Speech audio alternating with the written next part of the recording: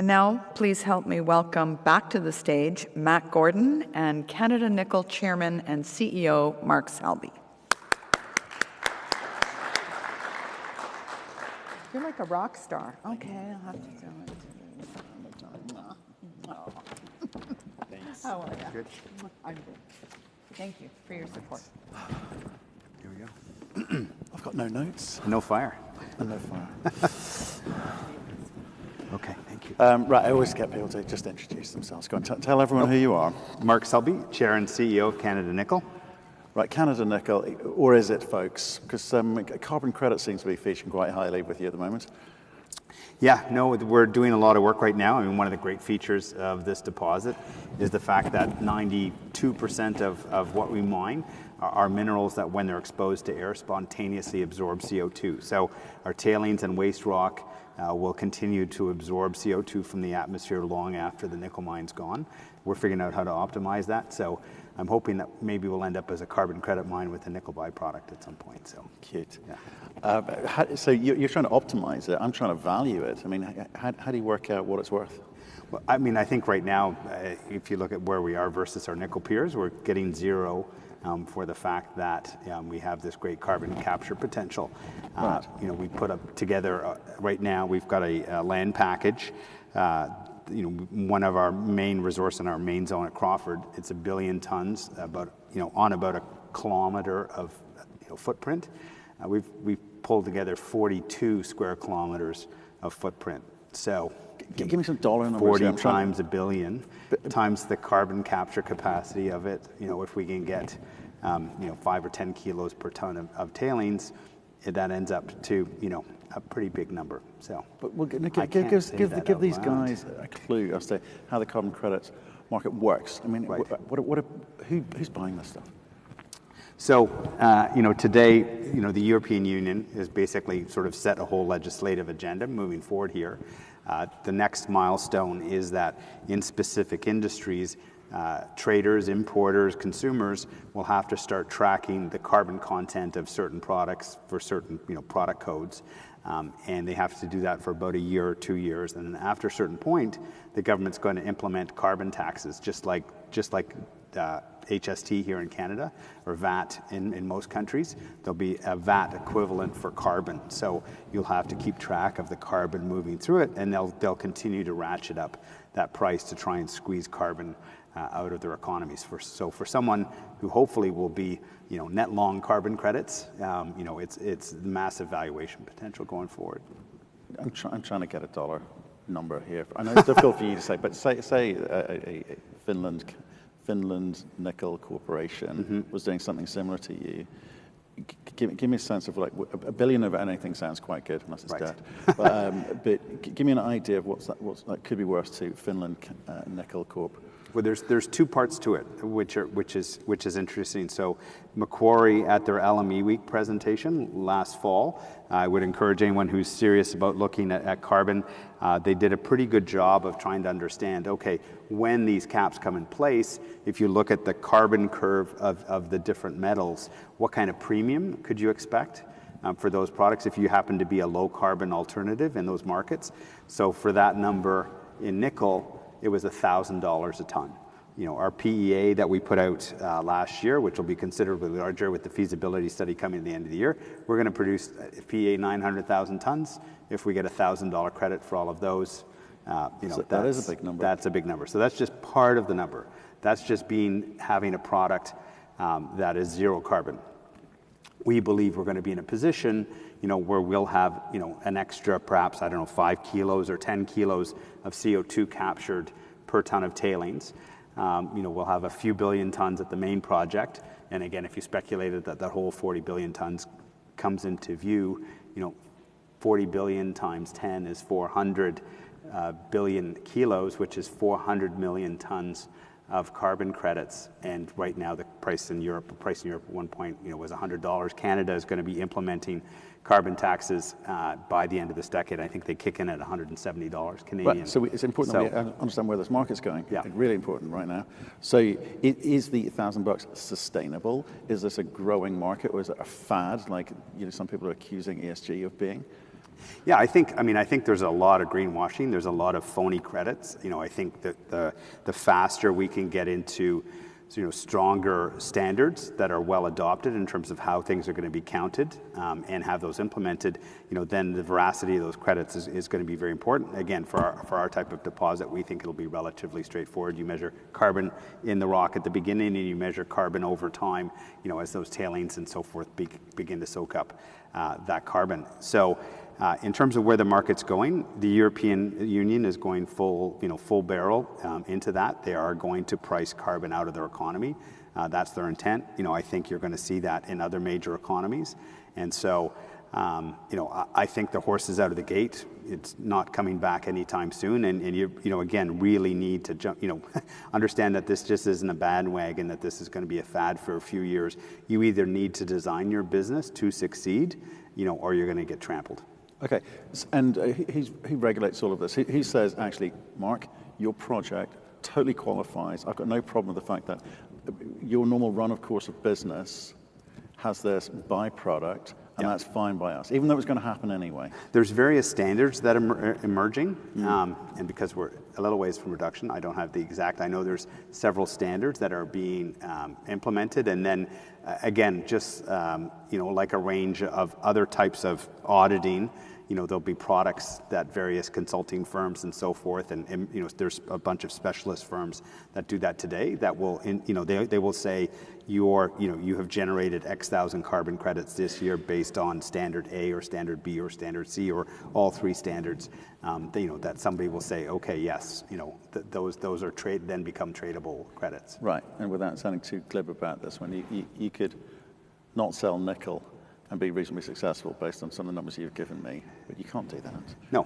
But you could. The world needs a lot of nickel. Based on my trip to Korea last week, way more than people think. That's my segue to, let's talk nickel, because things are important. So the carbon credits thing, that's a kind of big wow moment. Let me finish off on that one, which is, because you're a mining company, do you have to set up or create some kind of intermediary distribution or sales function? Do you imagine it being part of your company, separate from your company? Or would you just sell it in one big lump sum to someone else to carve up? Yeah, no, I think, the analogy to use, if we get to be a carbon credit mine with a nickel byproduct, then, the values flip. But, let's just say carbon credits are going to be byproduct for a while. Just like a mining company that can look to create a royalty or create streams on that carbon credit flow, there's a number of ways to monetize it. Again, for us being potentially one of the sort of first new carbon capture things to market, we'll want to hold on to as much of that value, and then be able to sort of bring it to the market as the market matures, as the market evolves, and make sure that we get fully valued over time, so that we don't cash it in up front, and realize we left 92% of the value on the table. But as a mechanism, as a pre-sales mechanism or pre-purchase mechanism, but this could fund the work that you need to do to take it to a point which I expect you're going to be selling your nickel project. That's the expectation from the market. And I think that's a reasonable expectation. But should you want to go further? Oh, I think, again, when you kind of do the math that we're talking about, the value of those carbon streams going forward, and again, those, there's a lot of pickup initially, but they'll still be continue to pick up for a very long time. I'm not quite sure what time frame you'll be able to get a stream to, but no, I think in terms of the equity portion of our capital cost, if we can get to the point where, we get a substantial, or if not all of that from the carbon streams, that would be a hit it out of the park kind of scenario. So, and you can choose to reward your shareholders. Yes, should you choose? Of which I am a substantial one. So. You are. Yeah. Okay, let's go on to nickel, because Canada Nickel Corporation. You've been obviously. I think, what do you know? The fifth largest. Are we going with? Yeah, we would be the fifth. Yeah, we're the fifth largest resource now globally, fifth or sixth. Globally, we're fifth. Not Canada. Yeah, globally. Yeah, and if we were fully ramped up today, we'd be the fifth largest nickel sulfide operation globally today. Okay, and that's important with low grade, which is what you are. Yeah. Low grade nickel projects. You took a lot of stick initially, Because I guess low-grade anything people rail against. So has that stopped, or does people still wonder about low-grade? No, I think with the big pivot that's happened in the last 12 months, somewhere in that time frame, the automobile and EV, the EV industry, the supply chain that supplies the automobile companies, kind of woke up to the fact that, given their plans to make X million cars and make X gigawatts worth of batteries, we're talking about having to, increase supply in North America, just for North America, by a factor of 2, 3, even 4x, where we are today, by the end of this decade, by early part of the next decade. This isn't, we need to go 3 or 4x by 2050. This is 3 or 4x by, 2030 something. Okay, and the other thing that people worry about, in your case, is the fact that this is possibly a $1 billion or $2 billion capex project. Yeah. But that's not really your problem, is it? Oh, no, not at all. And the other part too, when you look at the amount of, to me, that's always been one of the great disconnects so far in the story is, the auto companies in North America have spent tens of billions of dollars retooling their automobile plants, again, for cars that they hope to sell at some point in the future, but, they're kind of counting on it given the level of capital investment. They've now done a pile of joint venture deals with a bunch of, because it is Asian, Korean, Japanese companies that are the precursor makers outside of China. They're spending tens of billions of dollars to build the battery capacity to supply those car makers. What we haven't seen, are the tens of billions of dollars going into the capital investment to supply the raw materials that these plants need. So, again, in this realm of tens of billions of dollars, $1 billion is rounding error. Right. Okay.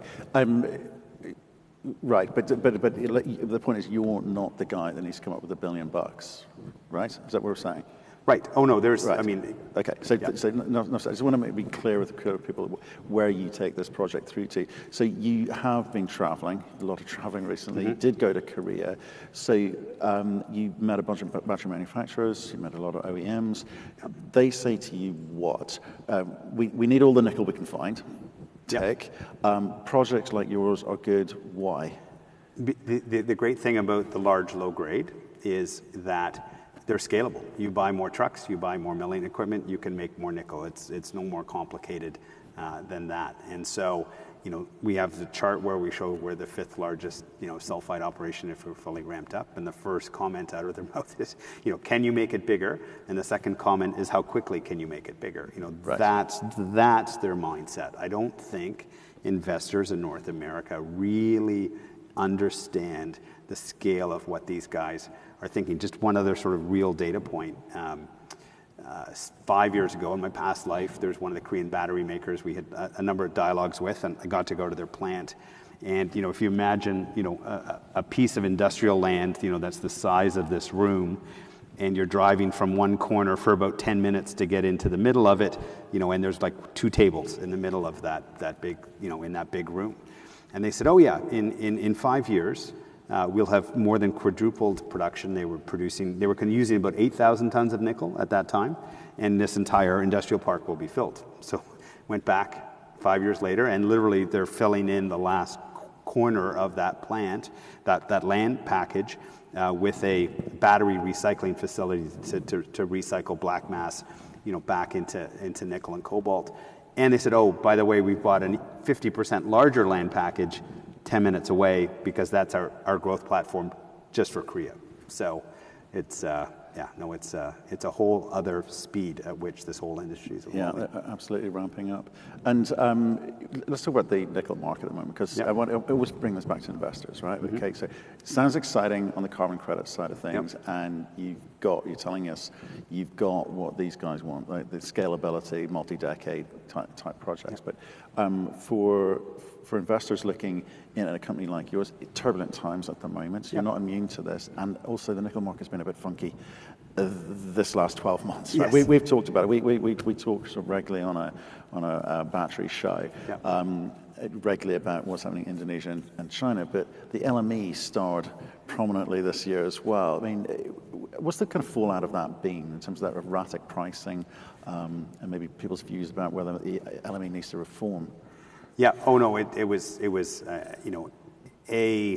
it was like watching two cars driving towards each other, at 100 miles an hour, sort of waving, and then boom, and the LME stopped trading. You had one group, Tsingshan, with a massive short. A bunch of hedge funds, saw that nickel inventories were close to, all-time lows on a weeks of consumption basis, and said this is a no-brainer squeeze, and away they went. So the LME didn't do anything to sort of mitigate those cars from colliding, and then once the cars collided, they kind of said, oh, actually, well, they didn't collide. We're just going to cancel all the trades that happened, within the last 5 or 6 hours. Right. And so. Now being sued. And now being sued by several hedge funds, and some hedge funds who are pretty good at suing people. One of them took on the Argentinian government over bonds that went into default. Yeah. So, these are not your sort of average, So can LME survive? Does it need to? I mean, does it perform a function? Because it's such an antiquated system, it seems, when looking from outside. I guess we need a clearing mechanism, right? We need price discovery that happens in the market on a continuous basis. The challenging part, and again, one of the criticisms was, China basically bailed out one of China's own, and the LME is now controlled by a Chinese domiciled, Hong Kong domiciled entity. The unfortunate part, one of the main trading alternatives, and the one that actually has carried more volume in recent years, is the Shanghai Futures Exchange. So that's not going to get rid of your China issue. COMEX has not seemed to want to step up and trade some of the other base metals, but I think it's jump ball given the technology platforms that are out there. I think a lot of traders are dissatisfied with the way the LME handled that entire issue. So. I think it'll be interesting to see sort of, how things happen in the next few years. But we do need a clear alternative to emerge. Otherwise, we'll just end up with LME and Sheffy. And it was horrible. There was 2 weeks there where, again, people every day, like, your business is based on, that daily price, and you trade at a premium or discount. You buy stuff at a premium or discount to that price. And if that price just disappears for 10 days, it really caused a lot of people, a lot of harm, and if you're running a business, oftentimes you have a natural short as you run your business, and those guys got crushed, some of them. So I don't like moments like that. I mean, that was an outlier, but I don't like market moments like that, because those extremes, yes, bring attention, get people excited for a bit, but we can revert to the mean, as it were. But a few people get damaged along the way. And I think long term for the industry, people looking from outside going, that's really not acceptable behavior. Oh yeah, no, I'm not going through those saloon doors, and because I hear a lot of guns going off in the Wild West bar. I'll go to the next town. Okay, so. Let's do it. We always do this when we meet up and say, what's going on in China and Indonesia, and do we need to worry about? Well, I think China's coming back online again, but do we need to worry about supply in the market from them, and how are they affecting the market at the moment? Yeah, the reality in the nickel space is, Indonesia has been more than 100% of the growth since 2015. That is where the bulk of the growth will occur for the next 5 years. We need nickel to make stainless steel. We need nickel to make EV batteries, and for the time being, it has to come from those countries. The opportunity for everybody, in this space, and again, I'm surprised, how little activity has started occurring in the nickel space, because we say we need all of these projects, is, Western automakers are not going to depend on Chinese controlled supply in Indonesia. They're not going to depend on, nickel that has a carbon footprint of 50 to 90 tons of CO2 per ton of nickel. That's there. Again, just if they had to buy that nickel from China, and if you look at what the average CO2 footprint of an internal combustion car is, it's a material, it would end up being like 20-30% of the carbon footprint. So that's not what Elon Musk had in mind in terms of decarbonizing transportation. So we need to get it from there in the time being, but there's a massive opportunity for nickel supply in the right areas. So I encourage everybody, go find more. Well, yeah, I think you've said that long and hard, which is like we need all of the above. It's not a competition with each other. It's a competition to get the supply into the market. Pricing will remain for you stable now? In terms of the nickel market? Yeah, because you've had a great game. The last 18 months have been great. Yeah, no, we've moved up into this sort of $11 to $14 a pound range recently, and Yeah, I think, again, the world economy, is going to slow down. I think we will see a recession, for part of it. But inventories are very low, supply is struggling, so that's going to help underpin the floor. And then on the top side, we had more than 100% growth in nickel demand from the EV sector last year. As long as there's enough semiconductors to make the cars, we should, by the end of this year, I think we'll see those kind of growth ramp back up to those growth rates again, and we'll see 3 or 4 years of those kind of growth rates. So I think your downside's relatively limited from these levels, and who knows where the upside's going to go. That's the exciting part about these nickel super cycles. Okay, and so I haven't talked about all the drilling that you're doing in terms of continuing to expand the resource, and I haven't given you a chance to talk about that maybe another time. But what would you say to people looking at Canada Nickel Carbon Credits Corp? Yeah, that's right. We'll change the name next week. No, fundamentally, we think we are heading to one of these nickel super cycles. This is the largest sulfide discovery since the 1970s. We're in a place where you can actually build a mine. There's lots of infrastructure. People in the area actually like mining and downstream processing. And, we've got these magic rocks that spontaneously absorb CO2, to be one of the, hopefully one of the real net zero nickel producers globally. Good man. Good to see you. Right. Thank you, sir. Cheers. Bye. Good as always. Oh.